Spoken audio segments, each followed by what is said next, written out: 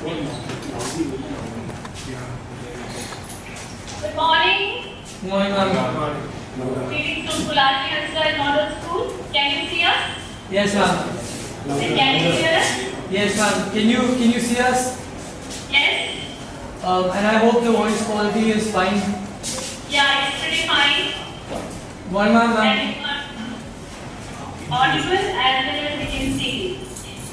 Good morning, ma'am. So I will introduce you to my two students here, and one more will be joining soon. Hello, my name is Raghav Nair. It is Raghav. Yes, ma'am. Hi, Stuti. And this is Stuti. Ma'am, there are 6 of us here, and all of us are grade 11 students. So I guess one by one, everybody will come and introduce themselves. I am These are Raghav. grade 11 students. Yes, ma'am. I am Raghav Bhargav, and I am a grade 11 student. Good. I am Karthikeya Dwivedi. I am also a grade 11 student. I'm Manish Manturadhar. I'm also in class 11. That's great. I'm Mayan Chaudhary. I'm from class 10. I'm Saurav Nice to Singh meet you and I'm all. from class 11. I hope the topic is clear. Yes, On ma'am. which topic we are going to interact today. Yes, ma'am. So I will be calling my another student who will be taking the lead and continue. Thank you so much.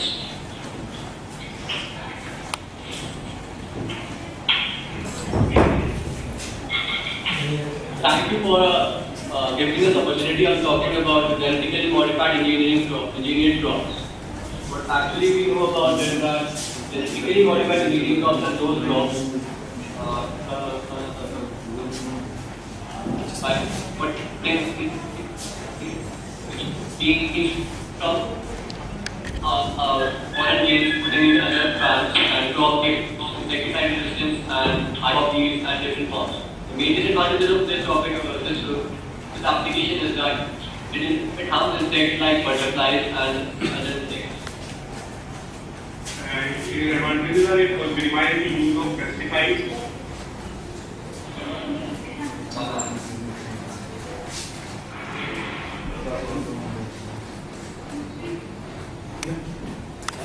Hello? Hello? Can you hear us? Yes. There's a problem with the internet. Can you hear us? Uh, Can you hear us? Yeah, yes, we can. Can you hear us? Yes. Please continue. Yeah. We were talking about genetically modified crops. We would like to know your opinion as well.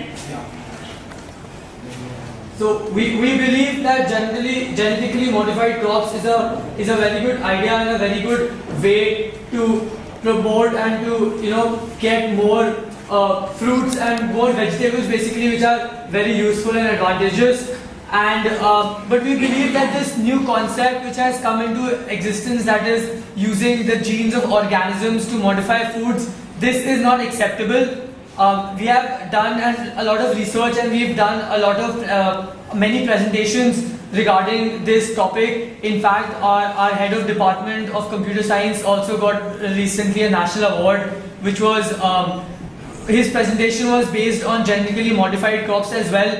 So we would like to ask you, have any of you ever done or ever been to a place where modifications are done? Yeah. There's a biodiversity park in Delhi. It's called Yamuna Biodiversity Park.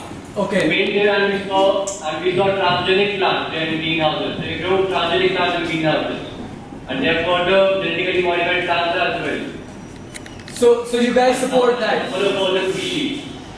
So do you guys support that? Yeah. Okay.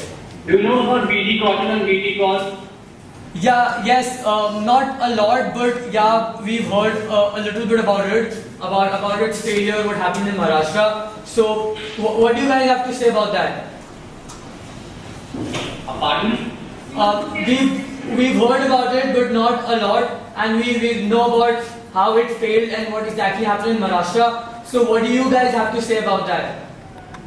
When we go normal cotton, bollworms infect them. To avoid those infections, we use a bacterium called Bacillus thuringiensis. It's a bacterium it secretes a thing called Bt toxin, which which destroys that wall. And similarly, in BT corn, there are some corn balls. To avoid those bombs, we use Bacillus thuringiensis. It's a bacterium, and there's another natural genetic engineer called Acinetobacterium tuberculosis. It does not harm the cotton in any way. So do you support what those people at BT Cotton were doing? Yes, we support that. It does not harm any cotton in any manner. It always efficiency increases efficiency of